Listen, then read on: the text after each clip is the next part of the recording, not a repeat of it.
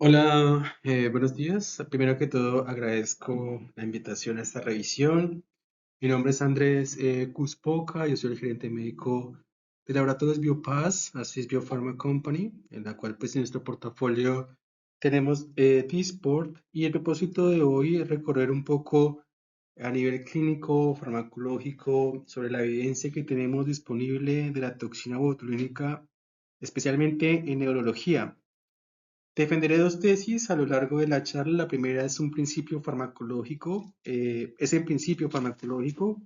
¿Qué consecuencias pues tiene la toxina en cuanto a su seguridad respecto a las diferentes neurotoxinas que existen en el serotipo A?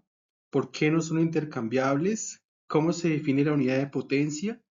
¿Por qué es importante tener en cuenta esto?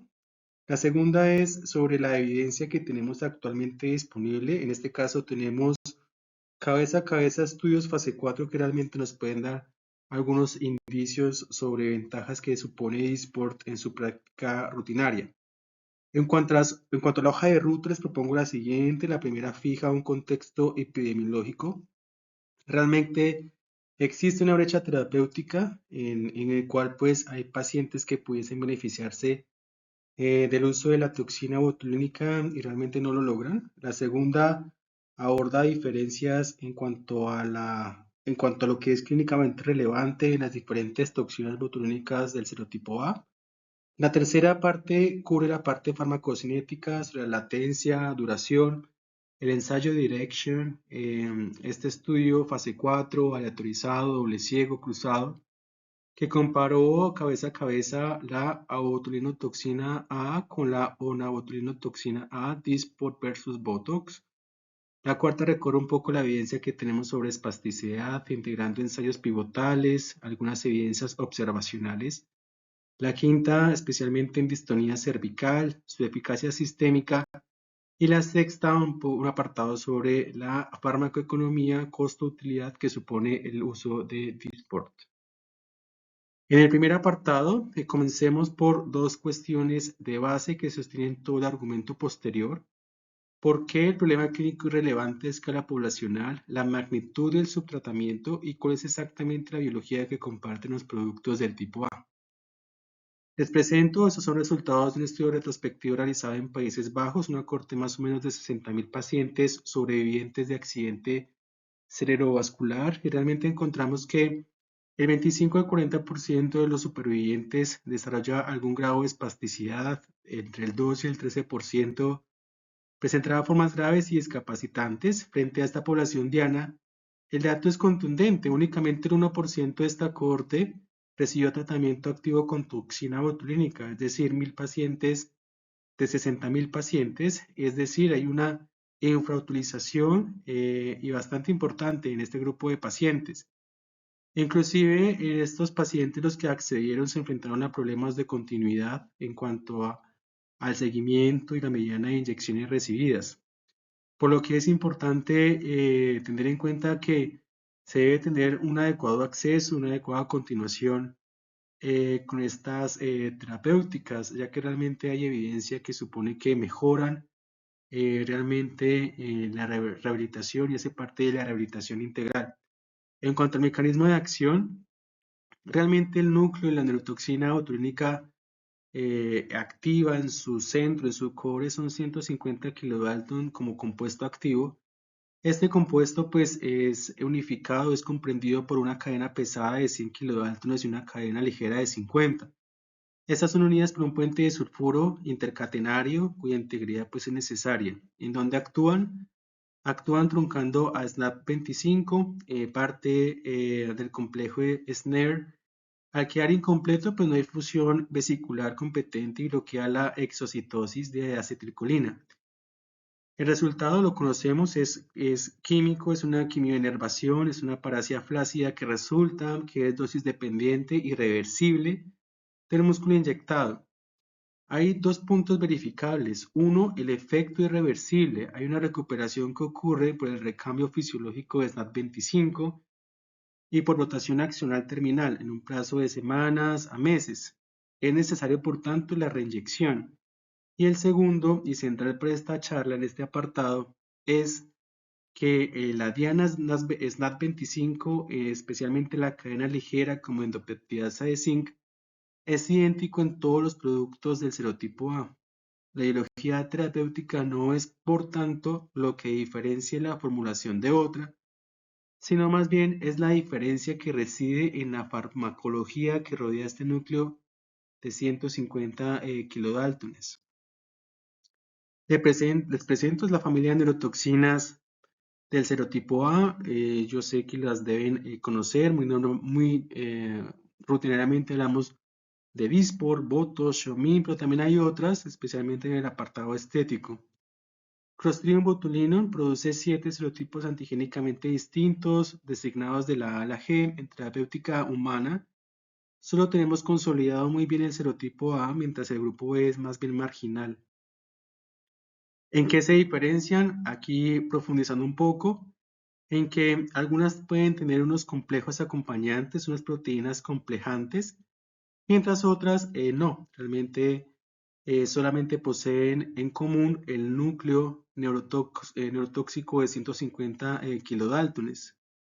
Lo que cambia es la cepa, el proceso de fabricación, el método de purificación, los excipientes, y de forma destacada el tamaño del complejo en el cual pues, se presenta la toxina. Si el efecto molecular es idéntico, las diferencias clínicamente significativas entonces han de buscarse en algunos otros dominios. La definición de la unidad de potencia, la carga proteica que acompaña a la neurotoxina, la inmunogenicidad derivada de esta carga. Importante también la técnica de administración, especialmente en cuanto a la difusión, son importantes en cada toxina, en cada neurotoxina que se aplica, ¿no? Entonces, partiendo de este punto, se comenta principalmente en este slide que las unidades no son intercambiables. La unidad de potencia de cada toxina se define por diferentes bioensayos. Cada fabricante tiene diferente bioensayo. Generalmente se usa un modelo vivo, un ratón o ensayos celulares validados. O el DL50 se usa como una métrica, pero sabemos que esto no tiene como una extrapolación al ser humano en muchas ocasiones. Y realmente como consecuencia no se puede equiparar una unidad de Dysport a una unidad de Botox y tampoco a una de Xeomin. Inclusive cuando se revisa la literatura, no convergen en alguna en común. Hemos encontrado, por ejemplo, ratios, por ejemplo, que van de 1.2 a 1, pero también hemos encontrado literaturas anecdóticas de utilizar hasta 13.3. Sin embargo, esto refleja que hay un error conceptual en querer aplicar aritmética en este punto.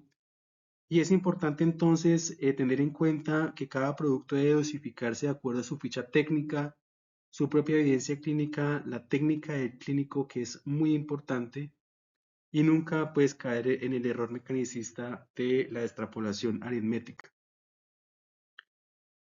Hay diferentes formulaciones de complejos proteicos. Las diferencias de tamaño realmente parten del complejo de proteínas que las acompañan.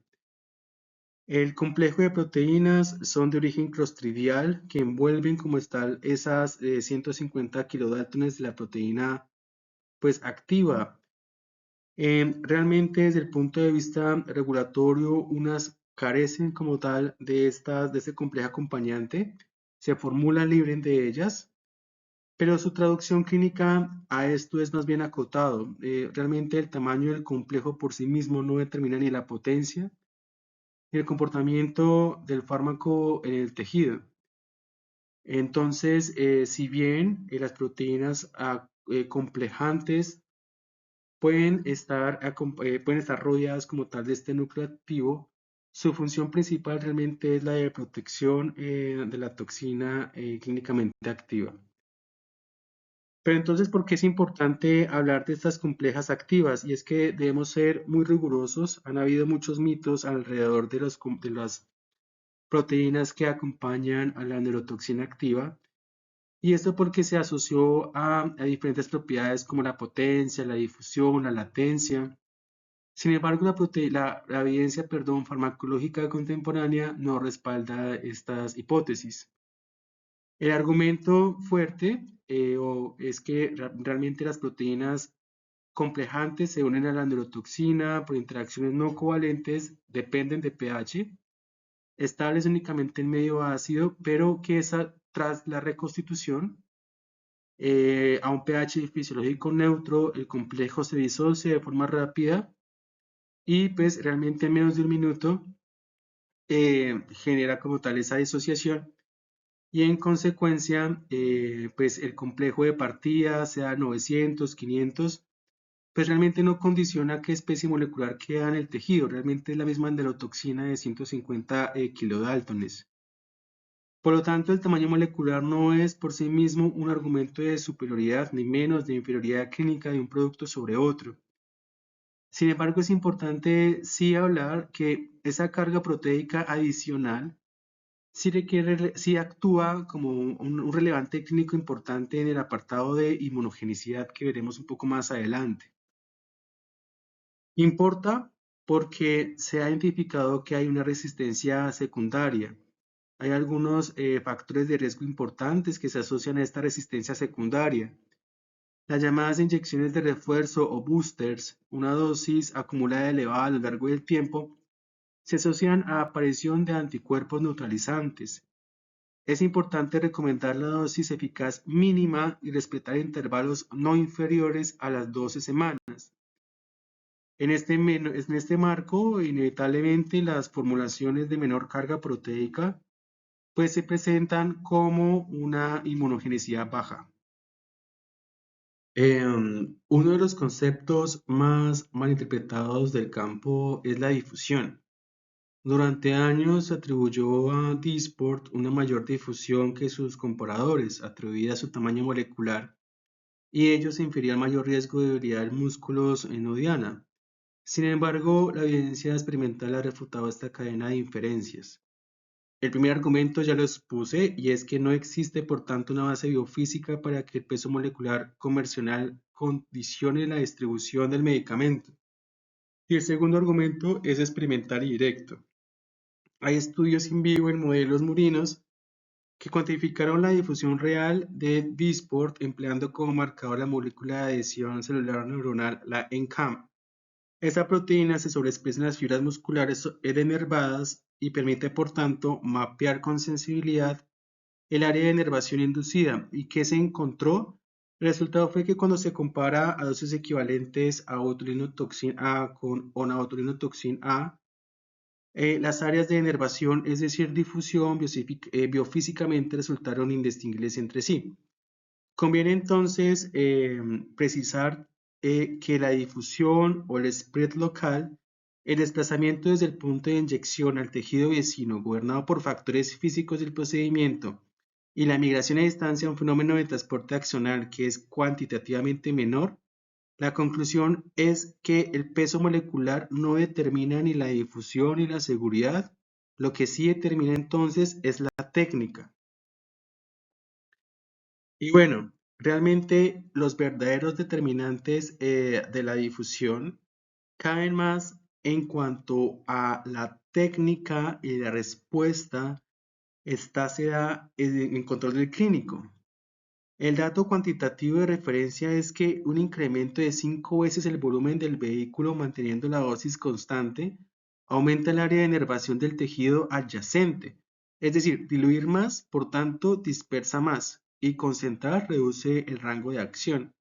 El segundo determinante es la dosis absoluta que se inyecta en cada punto. A mayor dosis por punto, mayor área de captación, en general mayor duración del efecto, pero también debe tener una precisión anatómica para no comprometer músculos vecinos.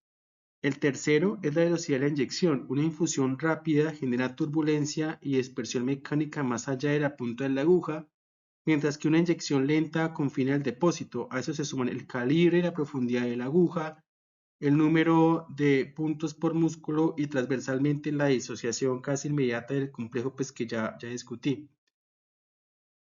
Entonces, con la farmacología diferencial establecida, pasamos a dos cuestiones de orden superior en la jerarquía de evidencia: el comportamiento cinético del fármaco, latencia y duración con su base farmacodinámica, y sobre todo el primer ensayo pues, que comparó de forma directa, de forma una metodología bastante robusta, abotulinotoxina A con onabotulinotoxina A, básicamente Dysport versus Botox.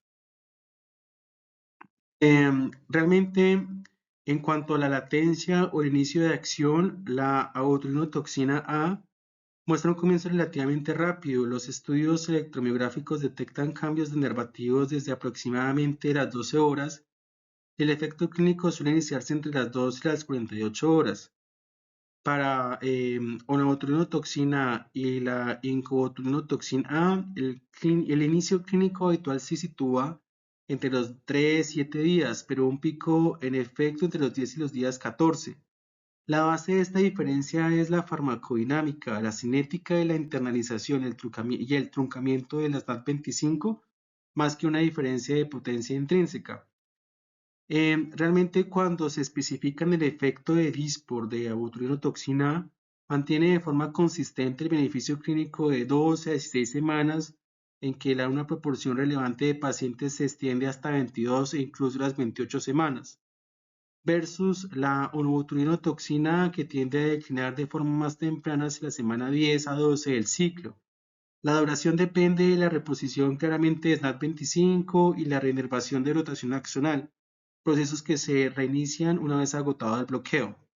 Hay una ilustración, hay un estudio, el estudio DREAM, es un estudio realmente en el apartado estético, hago ahí la acotación, es un estudio fase 4, que nos presentó esto, que con un esquema estricto de 2 tratamientos al año en intervalo de 24 semanas, el 95% de los pacientes mantuvo niveles elevados de satisfacción a los 12 meses, y el 97% pues conservó un aspecto natural y una relajación muscular sostenida. Claro, o sea, cito a DREAMS únicamente como evidencia de estabilidad del producto a lo largo de un año y no como un desenlace de eficacia neurológica. Sin embargo, les presento Direction. Direction es como el núcleo en el cual nos podemos enfocar en cuanto a la evidencia comparativa. Su relevancia es clara en su metodología. Es el primer ensayo fase 4, prospectivo, aleatorio, doble ciego, con doble simulación, diseño cruzado, multicéntrico, en el cual buscó comparar de forma directa la eficacia y durabilidad, seguridad de la abotulinotoxina A, Dysport, frente a la onabotulinotoxina A, Botox, en espasticidad de miembro superior en adulto. Se condujo en 72 centros de Estados Unidos, Canadá, Francia, una N de 464 adultos con espasticidad estable y miembro superior. Criterios de inclusión: evolución de al menos 3 meses, una puntuación de escala de Ashworth modificada de al menos 2 puntos en el grupo muscular Diana primario, y el grado relevante de discapacidad documentado mediante la escala de evaluación de discapacidad. La intervención comparó una dosis total de 900 unidades de abotulinotoxina A, Dysport, frente a 360 unidades de onabotulinotoxina A, aplicando una relación de conversión fija de 2,5 unidades a 1 unidad. El diseño cruzado en cada paciente, pues básicamente se recibió ambos tratamientos en secuencia, en control, además de evaluar la variabilidad interindividual. Y en conjunto, el ensayo se construyó precisamente para anular el sesgo de operador y de técnica, que es la principal objeción de las comparaciones directas entre las diferentes toxinas. ¿Qué se encontró? Los resultados con sus estimadores. La variable principal era la seguridad y se cumplió el objetivo preespecificado de no inferioridad. Respecto al apartado de seguridad, la abotulinotoxina A frente a una abotulinotoxina A, la incidencia de eventos adversos emergentes fue de 20,3% con abotulinotoxina A Dysport frente a 23% de onabotulinotoxina A, con una diferencia ajustada más o menos de 2,7%. En términos clínicos, perfiles de seguridad resultaron siendo equivalentes. La duración de respuesta terapéutica, la avodinotoxina A alcanzó una duración mayor de 14.2 semanas frente a 13.8 semanas de onaotrinotoxina A, una diferencia pues ajustada a favor de Dysport de aotrinotoxina A. Sin embargo, permítame una lectura crítica respecto a esto. Hay algunos ajustes en los intervalos de confianza, reportan un 80% y menor a 95% de lo que pues, se quiere encontrar en este tipo de estudios. Sin embargo, es de los estudios más rigurosos que encontramos en la literatura, en las cuales aclara que pues, no hay una inferioridad del apartado de seguridad y que Dysport sí puede ofrecer a lo mejor una magnitud modesta en cuanto a mayor duración, lo que demuestra este estudio de Direction de una forma equilibrada es que esta duración realmente genera por primera vez a partir de un diseño pues cabeza a cabeza riguroso una magnitud modesta de superioridad respecto a otra toxina, en este caso una otrinotoxina A de Botox. En cuanto al apartado de espasticidad, empezando con este apartado que concentra el grueso del programa de desarrollo, mantendrá el principio de combinar la evidencia interna, las ensayos controlados que pues soportan su uso y bueno, la piedra angular en miembro superior de adulto, lo conocemos, es el ensayo de Grassi y colaboradores publicado en The Lancet en 2015. Fue un ensayo multicéntrico, aleatorio, doble ciego y controlado en placebo, con adultos con espasticidad de miembro superior, secundaria a ictus o traumatismo craneoencefálico. La variable principal fue el cambio de la escala de Ashworth modificada en el grupo muscular primario en la semana 4. Los resultados en los respondedores en la semana 4, pues encontramos una proporción de pacientes con una mejoría de al menos un grado en la escala de Ashworth modificada, de 81% con 500 unidades y de 75% con 1000 unidades frente a 25% en placebo. En la evaluación global del médico, la proporción de respondedores con mejoría de al menos un punto fue 76% con 500 unidades y 88% con 1000 unidades frente a 42% con placebo, y las diferencias frente a placebo fueron estadísticamente significativas y clínicamente relevantes, con una relación dosis-respuesta visible en el análisis general por el médico. Quiero destacar un dato que para una terapia crónica es tan importante como la eficacia inicial y que procede el estudio de extensión en abierto, con inyecciones repetidas a lo largo de un año. La evidencia la incidencia de eventos adversos no aumentó con el uso continuado, sino que disminuyó. Es un hallazgo relevante porque descarta una pérdida de tolerabilidad acumulativa y respalda la seguridad de un tratamiento sostenido, que es exactamente el escenario real en el cual pues actúa pues, la espasticidad. En la vida real, el ensayo, el ULIS 3, por ejemplo, es un estudio observacional, prospectivo, longitudinal y multicéntrico de 2 años de duración en adultos con espasticidad de miembro superior de cualquier etiología. Su aportación metodológica fue aportar como desenlace primario la escala de consecución objetivo, pues que mide objetivos individualizados y centrados en el paciente mediante puntuaciones T, en lugar de escalas pues puramente fisiológicas de tono. La lectura más allá del apartado técnico es que realmente es importante el uso de la guía instrumental. Aparentemente la ecografía, la electromiografía o estimulación eléctrica, sus mediciones se asoció a una probabilidad casi duplicada de alcanzar objetivos con un odds ratio de 1.92 y un intervalo de confianza del 95%. Realmente también alcanza metas de función pasiva. Mejoraron algunas métricas sobre higiene, vestido, colocación de ortesis y realmente se evidenció una mayor frecuencia en activación en este grupo de pacientes.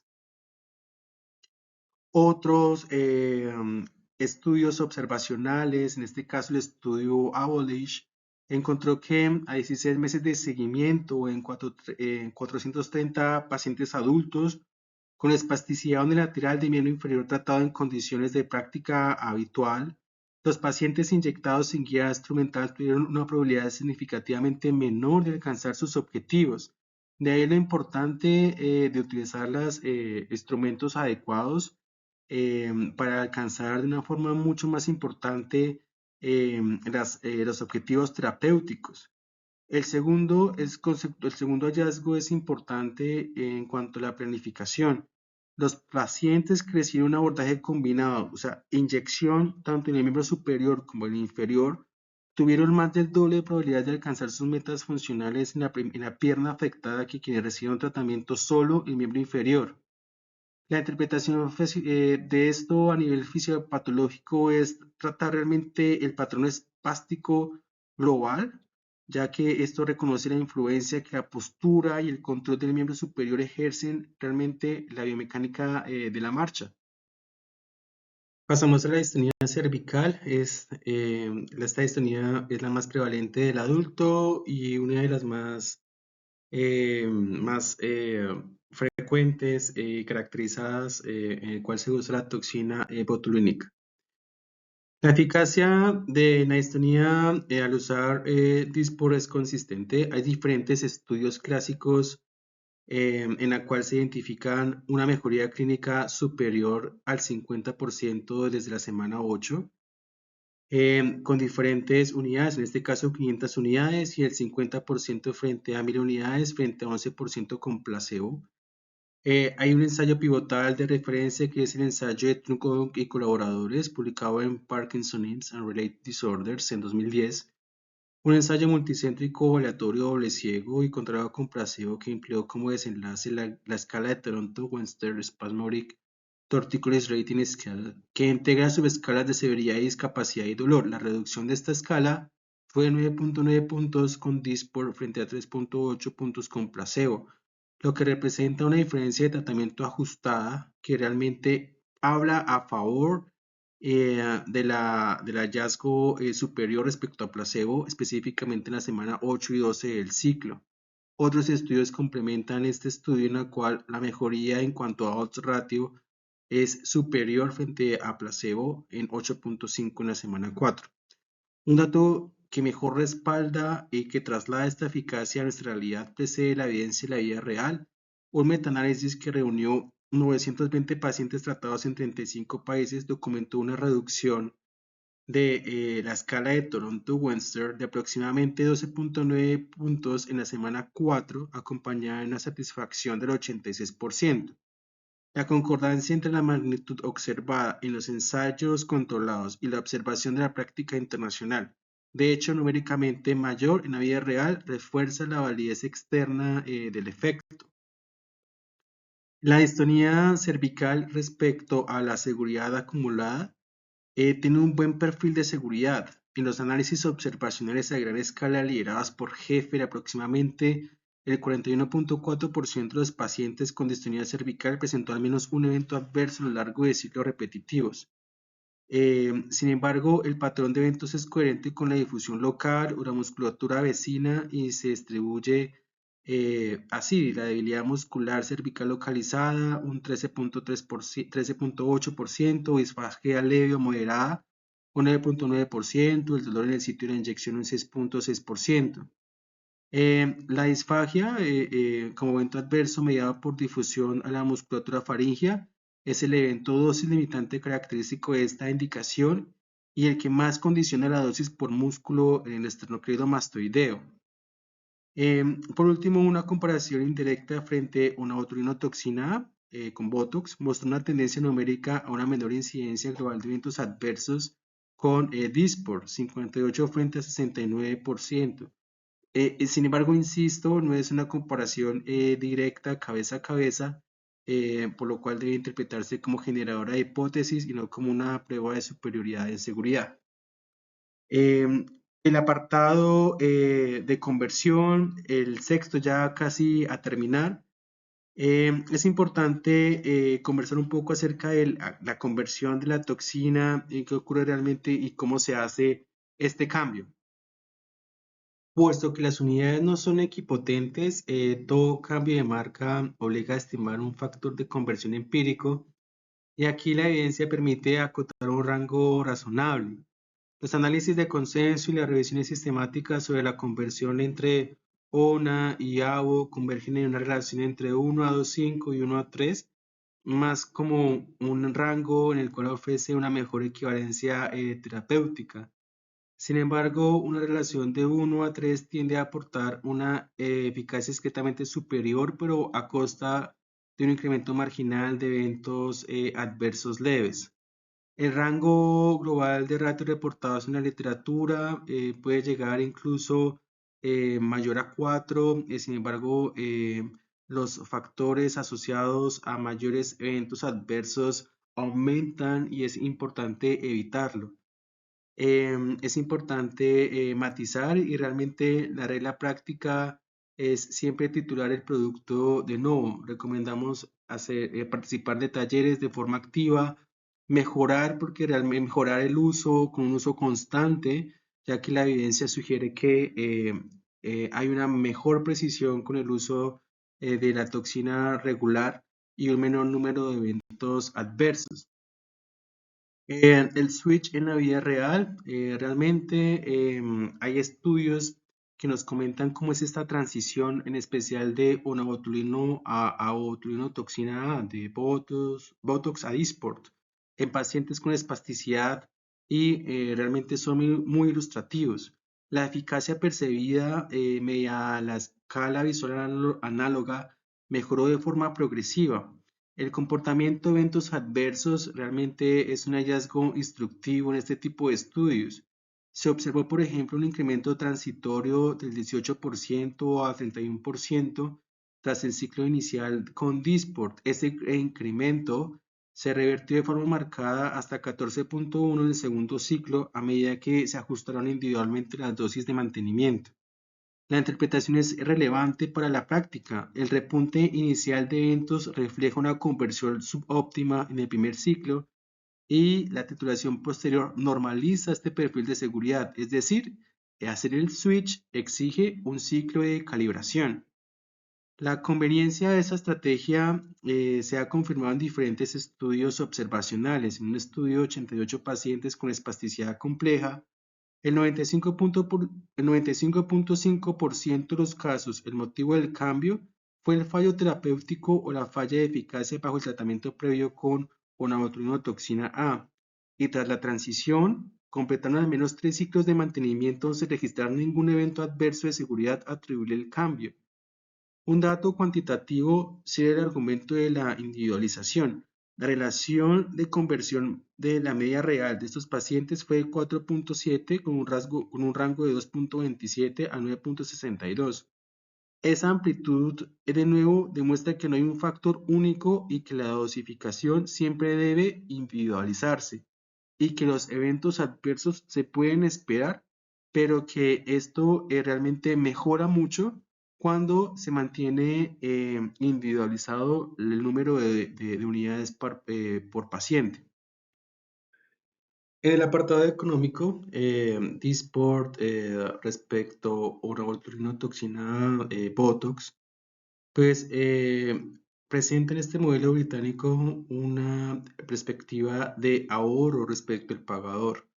Especialmente se presenta un gran cambio cuando se nota la gráfica en el miembro inferior de espasticidad pediátrica, y esto pues básicamente se da dado que el ahorro notablemente se identifica o se explica por el mayor número de unidades por kilogramo y la dependencia funcional evitada.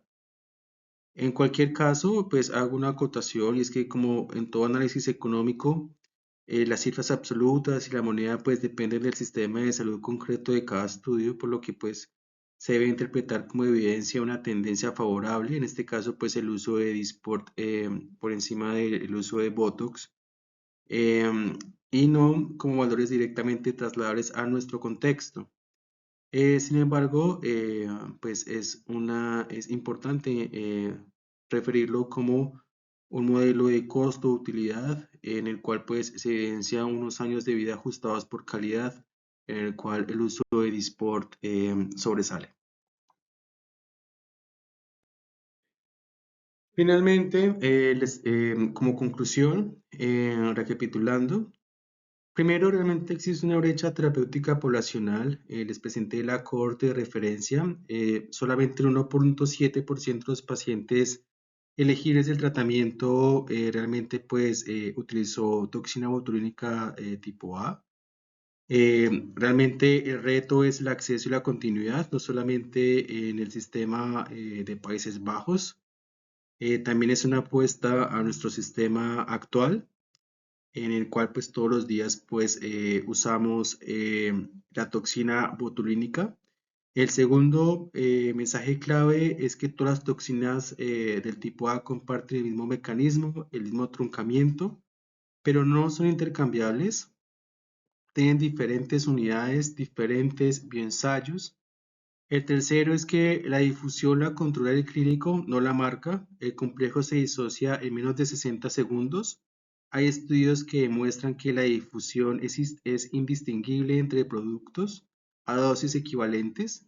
El cuarto, tenemos un ensayo cabeza a cabeza, es el primero, el Direction, el cual demostró no inferioridad, demostró un buen perfil de seguridad y inclusive demostró una duración numéricamente mayor en el uso de Dysport.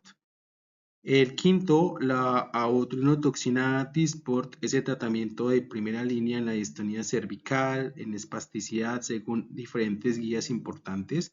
Y hay diferentes estudios observacionales que demuestran una mejoría objetiva con su uso. El sexto es la decisión, es a la vez clínica y económica, ya que el cambio el switch puede generar ahorros en diferentes modelos de costo-utilidad y puede ser beneficioso para los pacientes. Y en conclusión de fondo es que la toxina botulínica no es intercambiable, no es un commodity intercambiable, sino una herramienta de precisión cuyo resultado depende del producto, la dosis y la técnica. Muchas gracias por su atención.